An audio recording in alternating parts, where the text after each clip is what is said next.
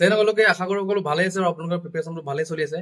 আচলতে থাম্বনেইলটো দেখা পাই হয়তো আপোনালোকে গম পাইছে যে কি আজি ভিডিঅ'টো কি আলোচনা কৰিম আমি। আচলতে বহুত লোকৰ মই প্ৰশ্ন পায়ে থাকোঁ এইখিনি বিষয়ক লৈ যে মই মোৰ কোৱালিফিকেশ্যন কি, মই কিমান এটেম্প দিছিলোঁ, তাৰপিছতে মোৰ SI এক্সামত মোৰ মাৰ্কছ কিমান আছিলে, ৰিটেনত কিমান পাইছিলোঁ, মই ফিজিকেলত কিমান পাইছিলোঁ, এক্সট্ৰা মাৰ্কছ মই কিবা পাইছিলোঁ নেকি।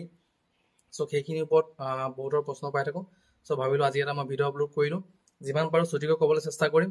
আশা কৰোঁ আপোনালোকে এই ভিডিঅ'টোৰ পৰাও কিবা নহয় কিবা এটা শিকিবলৈ পাব আৰু শেষলৈকে ভিডিঅ'টো চাই থাকিব। দেৰি নকৰোঁ, আহক ভিডিঅ'টো আৰম্ভ কৰোঁ। চ' প্ৰথমতে মোৰ কোৱালিফিকেশ্যনৰ কথা ক'ব লৈছোঁ। কোৱালিফিকেশ্যন মোৰ বিশেষ একো নাছিলে। সাধাৰণ গ্ৰেজুৱেশ্যন পাছ কৰা ল'ৰা মই।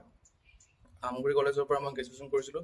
শিৱসাগৰ আমগুৰি, আপোনাৰ মোৰ ঘৰ আমগুৰিত।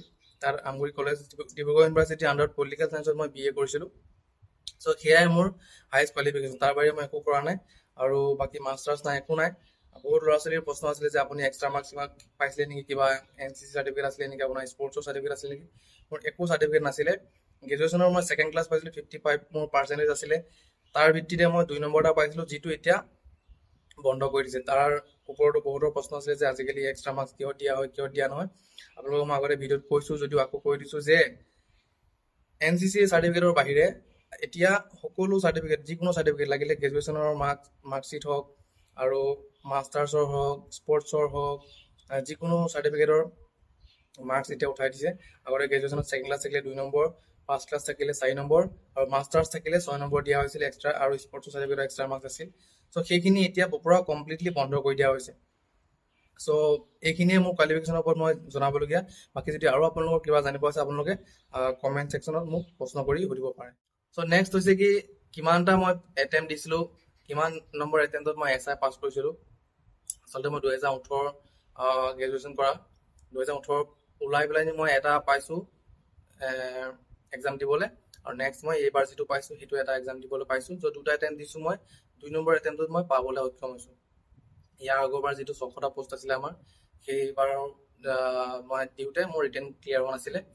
কিন্তু অকল SI মই দুবাৰ দিছোঁ। তাৰ আগতে মই বহুত এক্সাম দিছোঁ। তাৰ আগতে মই নাই বুলিও মই 60-70টা মান এক্সাম মই টোটেল মই এতিয়ালৈকে দিছোঁ। মই আপোনালোকক হিচাপ কৰি দেখাই দিব পাৰিম যে মই ইমানে এক্সাম দিছোঁ লাইফত, আৰু ইমানে ফেইল হৈছোঁ মই, ক'বলৈ বাকী নাই। 2022 চনটোৰ আগত মই নাই বুলি প্ৰায় 50-60-70টা মান এক্সাম দিছোঁ মই, কম্পিটিটিভ এক্সাম। 2015 চনৰ পৰা আৰম্ভ কৰি 2015 চনৰ মই প্ৰথম এক্সাম দিবলৈ আৰম্ভ কৰিছিলোঁ হায়াৰ ছেকেণ্ডেৰী পাছ কৰি পেলাই। প্ৰথম এক্সাম দিছিলোঁ মই CHSL, SSC CHSL, যিটো হায়াৰ ছেকেণ্ডেৰী লেভেলৰ এক্সাম। ডিব্ৰুগড়ৰ, মোৰ এতিয়াও মনত আছে, ডিব্ৰুগড় যাওঁ আমি তেতিয়া, ডিব্ৰুগড় লাহোৱালত আমাৰ চেণ্টাৰ পৰে। তাত মই দিছোঁ। তাৰপিছতে তাতে মই MTS দিছোঁ, ৰেলৱে গ্ৰুপ ডি মই তাত দুবাৰমান দিছোঁ, ৰেলৱে NTPC দিছোঁ, তাৰপিছত RPF, তাৰপিছতে GRP সেইখিনি দিছোঁ। ৰেলৱে অসংখ্য এক্সাম দিছোঁ, তেনেকৈ SSB দিছোঁ। তাৰপিছতে SSB আৰু SIও আছে, তেনেকৈ SIও এক্সাম দিছোঁ মই, ভাল হোৱা নাই সেইবিলাক। তাৰপিছতে RPFৰ SI এক্সাম আছিলে, সেইখিনি দিছোঁ মই, তাতো ভাল হোৱা নাই। তাৰপিছতে SSC GD দিছিলোঁ মই দুবাৰ, যেনিবা SSC GD মোৰ দুটাই ক্লিয়াৰ হৈছে। তাৰপিছতে SSC CHSL দিছোঁ মই এবাৰ। IBPSৰ ক্লাৰ্ক, IBPSৰ পিঅ', যিটো আমাৰ বেংকৰ এক্সাম পাতে, সেইটো মই দিছোঁ এক্সাম। তাৰপিছত অসম চৰকাৰৰ যদি কথা ক'ব যাওঁ, মই assistant jailer, forest guard, Forester, তাৰপিছতে পুলিচৰ বাৰু কনষ্টেবলৰ এক্সাম মই আজিলৈকে দিয়া নাই বাৰু। তাৰপিছতে যদি ক'বলৈ যাওঁ চেৰিকালচাৰ, তাৰপিছতে হেণ্ডলুম এণ্ড টেক্সটাইল, APDCL, মানে অসম চৰকাৰৰ যিমান এক্সাম আছে ওলালেই মই দিওঁ। তাৰপাছতে পোষ্টেল ডিপাৰ্টমেণ্টৰ এক্সাম, কিছুমান অফলাইনৰ হয়, মানে মাৰ্কশ্বিট বেচিছত আমাৰ যিটো মেৰিট বনে, তেনেকুৱা ধৰণৰ এক্সাম কিছুমান আছিলে। সেইবিলাক মই অফলাইনত কি হয়, মাৰ্কশ্বিটখিনি জেৰক্স কৰি পেলাই পঠাই দিব লাগে, স্পীড পোষ্ট কৰি পেলাই। তেনেকুৱা এক্সামো দিছোঁ মই। চ' আল্টিমেটলি মনত পোৱাৰ ভিতৰত এইখিনিয়ে আহিছে, কিন্তু মই তাৰ উপৰিও বহুত এক্সাম দিছোঁ। চ' মানে সেই দুটা এটেম্পটো এনেকুৱা ধৰণৰ নহয় যে মই অকল সেই দুটা এটেম্প দিয়ে মই পাইছোঁ। অভাৰঅল যদি চাবলৈ যাওঁ, মই সেই দুটা এটেম্পটৰ ছেকেণ্ড এটেম্পটো পাছ কৰিবৰ বাবে সেই এক্সামখিনিয়ে মোক বহুত হেল্প কৰিছে। মানে সেই যিমানখিনি মই ফেইলিয়াৰ পাইছোঁ, যিমানখিনি এক্সপিৰিয়েঞ্চ হৈছে মোৰ, তাৰ সেই এক্সামকেইটাৰ বাবে, 50-60টা এক্সামৰ বাবে যিমানখিনি মোৰ পঢ়া হৈছে, সেই পঢ়াখিনিয়ে মোৰ এটা ভাল বেছ এটা বনাই দিছে, ভাল ফাউণ্ডেশ্যন এটা বনাই দিছে। চ' যেতিয়াই মোক কোনোবাই এটা ভাল টিপ দিয়ক বুলি কয় যে দাদা বা ছাৰ, নতুনকৈ এক্সাম দিম মই, কি টিপ দিব, কি ছাজেশ্যন দিব, মই সদায় কওঁ যে যিমান এক্সাম ওলাই সিমান এপ্লাই কৰা, যিমান এক্সাম ওলাই সিমান এটেম্প কৰা। তুমি কিছুমান বস্তু এক্সামত গৈ পেলাই মানে শিকিবলৈ পাবা, যিখিনি তুমি বাহিৰত কেতিয়াও পঢ়ি পেলাই শিকিব নোপোৱা। এনেকুৱা এনেকুৱা প্ৰশ্ন পাবা যিখিনি এক্সামতে পাবা। তাৰপিছত যেতিয়া ঘৰত আহি যেতিয়া চাবা তাৰ উত্তৰটো কি আছিলে, তাৰ ৰিলেটেড আৰু কি কি প্ৰশ্ন ওলাব পাৰে তেনেকুৱা ধৰণে যদি চোৱা, সেই বস্তুখিনিয়ে তোমাৰ বেছটো আৰু ফাউণ্ডেশ্যনটো ভাল কৰি দিব। আৰু এনেকুৱাকে ভাল কৰি দিব, পাছত তুমি 2 মাহ 3 মাহ 1.5 মাহ পঢ়িয়ে তুমি যিকোনো এক্সাম মানে এনেকুৱা লেভেলৰ SI লেভেলৰ এক্সাম তুমি ক্লিয়াৰ কৰি দিব পাৰিবা, তেনেকুৱা নিচিনা হৈ যাবা মানে। চ' সেইটো কথা মই সকলোকে কওঁ।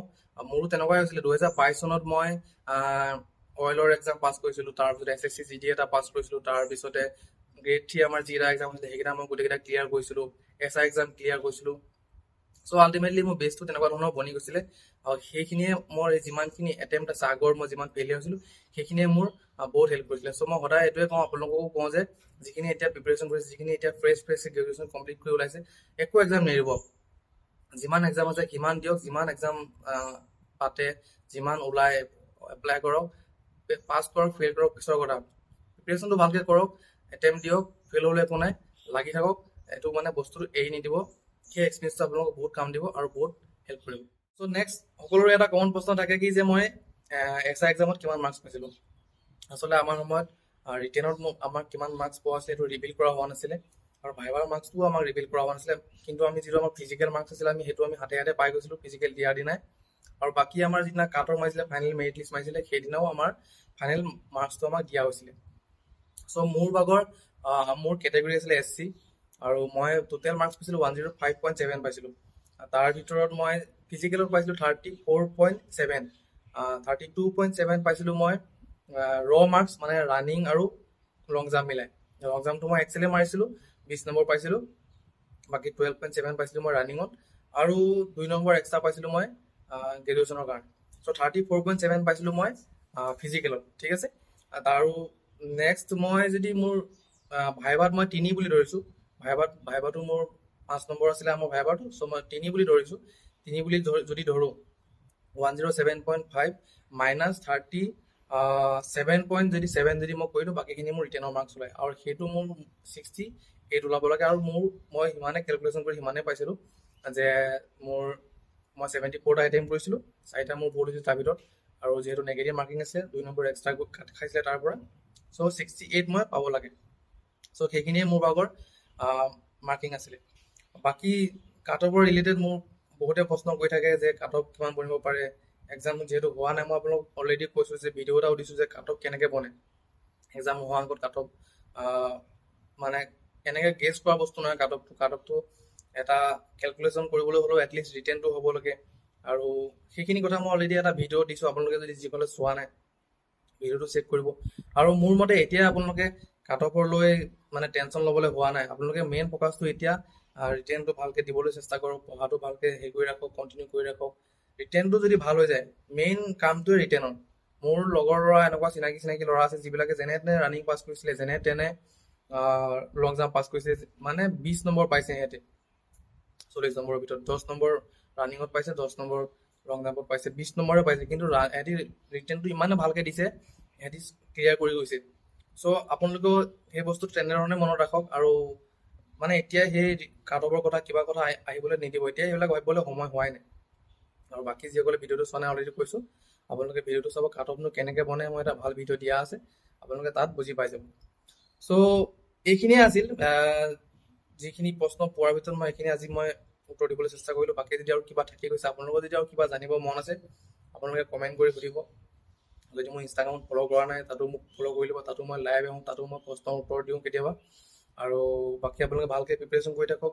এতিয়া যিহেতু বানপানীৰ সময়, এইটো আৰু এটা সকলোৰে প্ৰশ্ন আছিলে যে কেতিয়ানো হ'ব নেক্সট ৰিটেন আমাৰ।